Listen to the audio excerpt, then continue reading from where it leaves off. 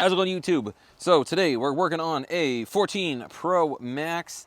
This will be the fast way. I'll sort of give you the condensed version. But there's basically two ways to do a back glass. One is the laser method, which is prohibitively expensive to the average DIYer. The second is to do a housing replacement. And there are two ways to do a housing replacement. One is just a bare housing, nothing in it. You got to transfer all of this stuff. The fastest way is if you can track down, ideally, a genuine Apple housing. A lot of the aftermarket ones just have way too many small problems, and sometimes you're better off, in my opinion, just going with a bare aftermarket housing than trying to sort out all of the, but this is the best option by far. It's a little bit pricier. The quality's a lot better, not just in terms of the glass, but this is a genuine Apple housing, basically pulled from a donor device, and then it's just a matter of taking the screen off and swapping over pretty much all the components.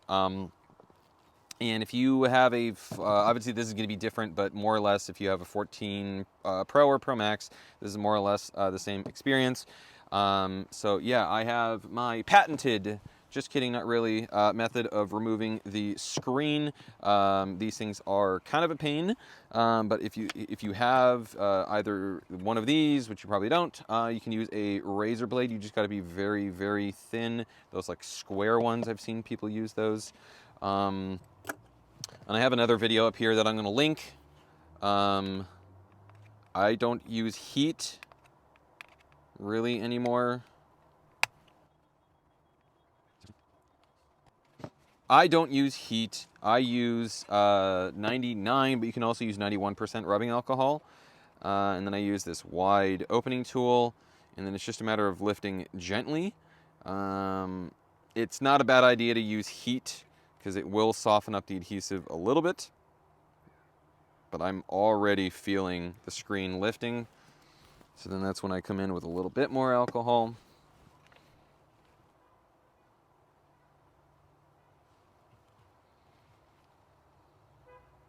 The tricky thing is getting past both of the corners.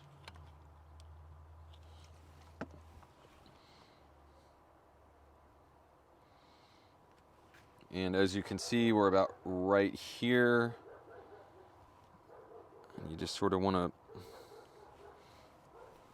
come back with a little bit more.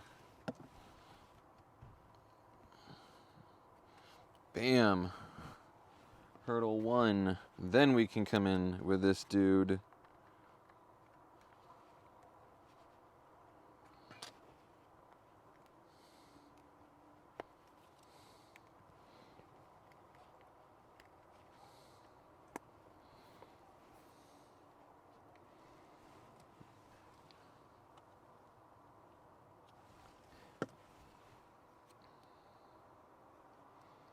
There we go. I like this, instead of just, I like this twisting method. You use a lot less force than the sort of cutting motion. You do want to be careful of your OLED flex, which I'll point out here right now. You can see it, it's right here. Howdy. Take great care not to open the screen too far, as you could accidentally tear the screen flex, and as of now, these suckers are expensive. You'll notice here the technique that I have for removing the screen, just unseating it from the top, is just wiggling it back and forth. Sometimes you might want to use a little bit of heat or isopropyl alcohol.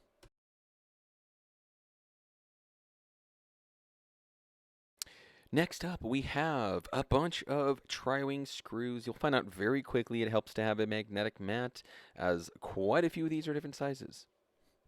Also, please, please, please, please disconnect your battery before disconnecting your screen or proximity sensor flex. One of the things that aids greatly in removing the battery pull tabs is first removing the loudspeaker and or Taptic engine. In this model, we're doing both. But the next, I'm going to use isopropyl alcohol, 91 or 99%. For anyone out there that has ever had battery tabs on them pull, comment below how much they suck. So battery, we're going to use the same sort of trick And then I also have, I think, 1 or 2 videos on how to remove batteries if these pull tabs tear. And I also have a video showing you how to not do this repair, because there's some dude that, I don't even know how he thinks it's acceptable. I'm going to link all of them right up here. But I use my friend isopropyl alcohol. I get it started, so I sort of wrap it around just a little bit. I then apply more than a couple of drops.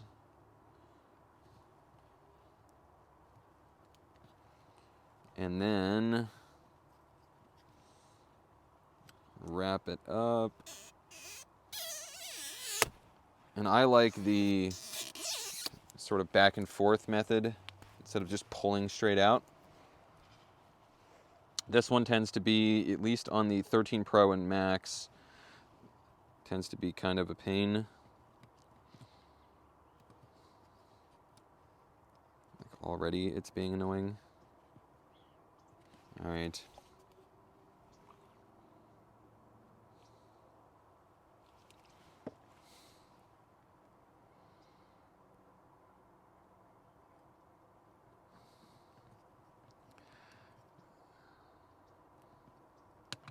So the other thing that I'll do sometimes, because I can tell this one wants to tear,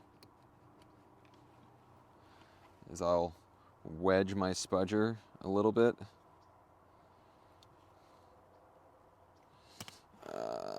Lovely. All right. So that's where we're going to come under here.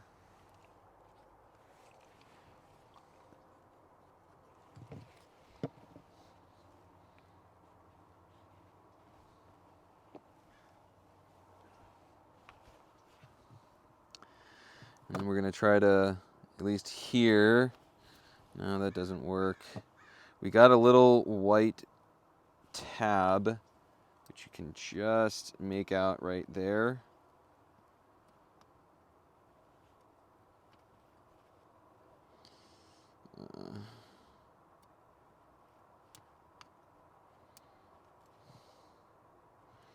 There we go.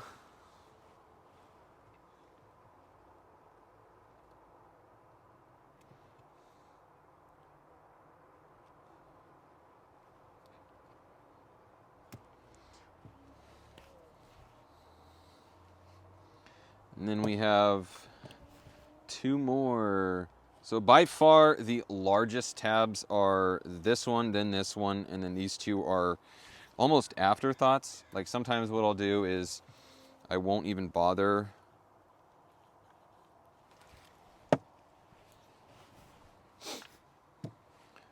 removing them.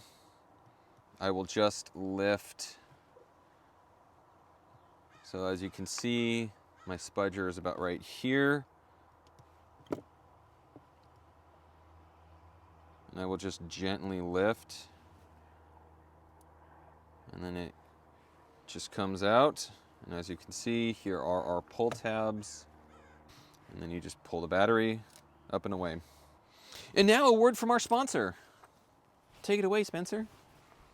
So, first of all, if you've got this far and you think, hell no, I do mailings. Second, I also buy iPhones. Working, broken, whatever. Even if it looks like this, I'm still interested. Link in the description. Let's make a deal. In no particular order, I'm going to sort of pop off our 5G antenna. Then we have a retaining plate for our rear camera. Then that comes out. And then our board comes out. And if this is anything like the 13s, there definitely is an order to this, and I'll find out in just a sec. But we take our tweezers, and we have this awesome tape. Why is it awesome, you ask? I don't know. That's just the way they made it.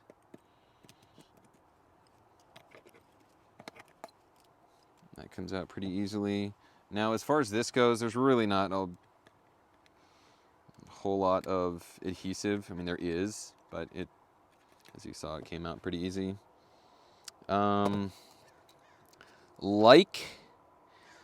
Yep, pretty much all other models. I use some more. Actually, I'm going to wait till my camera's out. But there is some foam adhesive holding these two together. And sometimes what I'll do is I'll just use... Yeah, I guess that was easy. Let's see if you can... No, you're not really. All right. But yeah, you can sort of see it right here. There was some adhesive here, and then another piece there. Not too much. All right, what else? What else? What else? Looks like we have 1, 2, 3, 4, 5 tri-wing, and then a Phillips right here.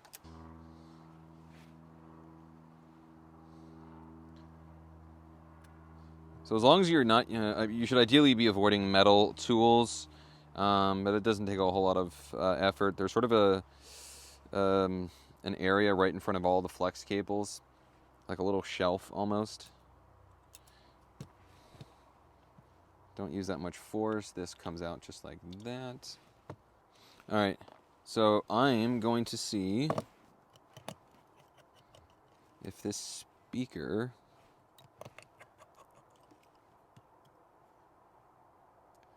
comes out before or after the, well, obviously comes out before the board. Let's see. Hey, look at that. It was so much more difficult on the 13 Pro Maxes, or on the 13 Pros. So 2, that's convenient. Next is our Face ID, which is just 2 cables. That's cool. And then we have, what is this? 1, 2, 3, 4, 5, and then we have another one that I can see that's right here.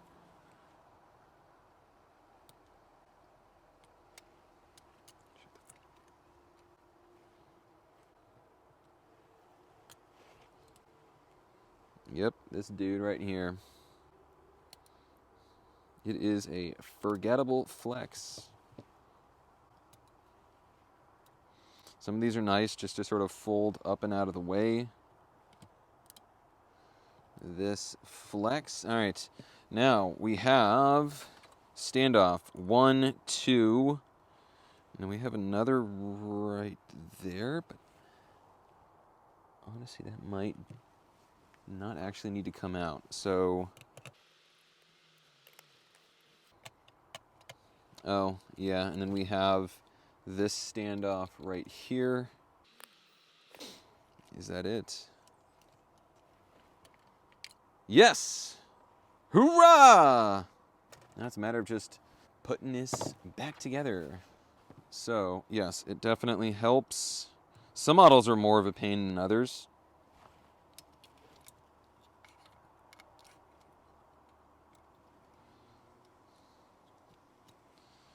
Let's not forget we have one over here. Voila.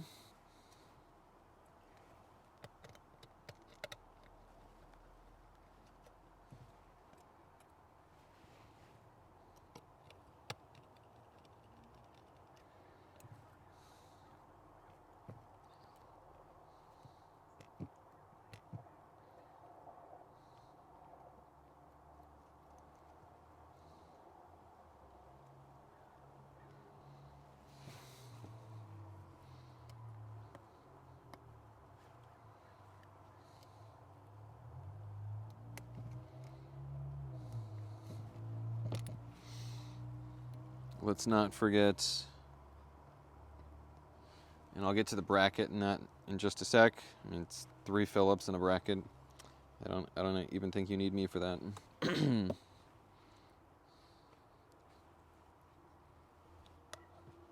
All right. So our Phillips goes 1 gold dot, 2 gold dot, and then right there. All you do is just connect your 2 flexes, and then it'll kind of just remain in place. And then the speaker should kind of hold this in place.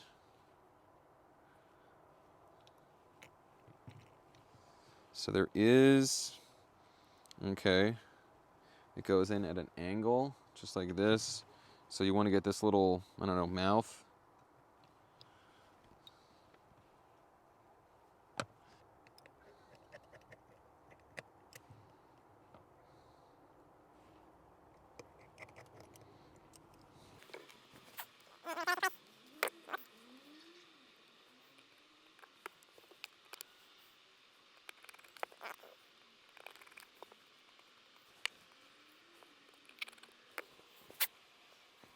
So now for our rear camera.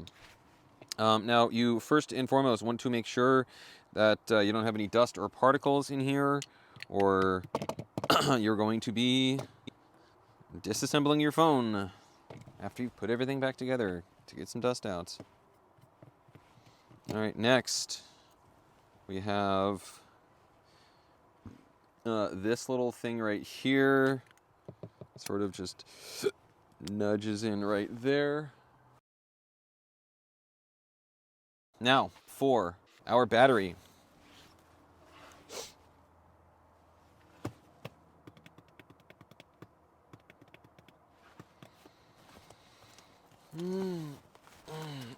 So, some asshole broke into my car and stole a bunch of like several $1,000s worth of housing and tiny stuff like this. So I don't have adhesive strips, my normal adhesive strips. So I'm going to be using ones off of a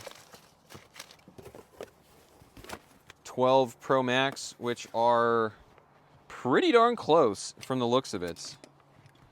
I mean, because this is it. It goes something like this.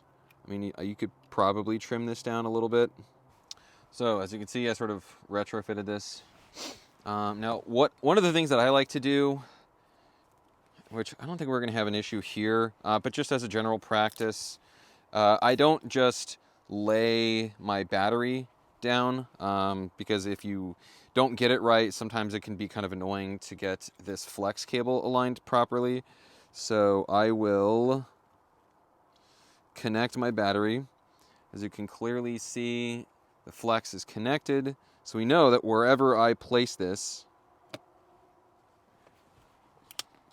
the flex will have proper reach. Sort of, there we go. All right.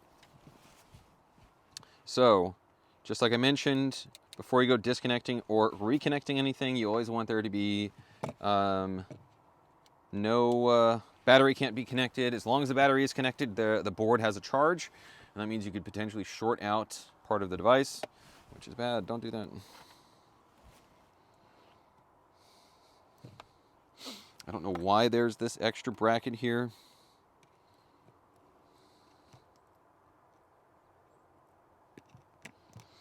All right, that one's pretty simple. So usually on wider flex cables, one of the things I like to do is press left, right, or right, left, whichever you'd like to do, but try to avoid pressing dead center, because sometimes you can damage the flex cable that way, and if you damage the flex cable, you are damaging, at least as of now, these are insanely expensive screens. They probably will still be insanely expensive for years to come.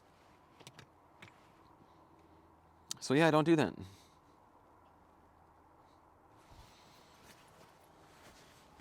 And we're going to do some basic QC on the phone. Just want to make sure that when I give it back to my customer, he's not going to call me back in an hour saying this or that doesn't work. So a perfectly good example would have been the charging port. Obviously, service. We have service. Obviously, we have the display and Bumble. Woo! Okay, so here we go. Obviously, the OLED wasn't damaged. We don't have one of those BS Face ID or rear camera or any of the other like stupid messages that Apple. So now we're going to test volume down, volume up.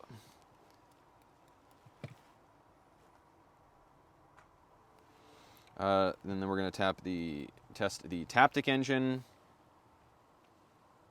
What else? Then we're going to go for flashlight works. His camera is there.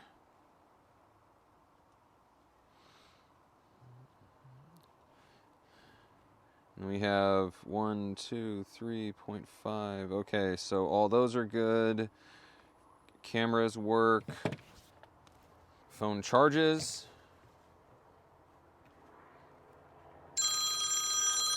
Loudspeaker works. What else? Let's test the lower microphone. Test, test, test, test. Test. And that works. What else? Yeah, that's pretty much it. That's all the important stuff. I don't have a wireless charger because someone else stole that too. So, we're going to call this a success. I'm going to put in a couple more plates. You're welcome to hang out because I'm like almost done. One of the things that I always suggest is screws have a habit of getting stuck along the perimeter gasket or the ear speaker or the Taptic engine or loudspeaker. On more than one occasion, this actually happened to me recently on a phone that I purchased. I'm really angry about this one because the screen was like 130 bucks. So yeah, don't do that. Don't damage your screen. Check, make sure you don't have any screws that are loose. If they're here, or there, you can very easily damage your OLED. Don't do that. Oh, I'm talking to YouTube. Oh. All right.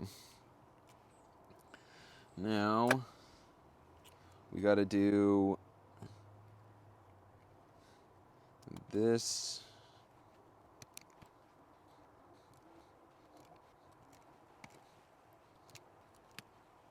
All right, now from here, pretty straightforward. Seat your screen. If your screen is not sitting up here, probably has something to do with A, a screw, or B, your Face ID just isn't sitting properly. And then after that, you shouldn't need to use a whole lot of force. Once again, that could be a screw or something else. But yeah, that's it. I'm done. Thank you for watching. Peace.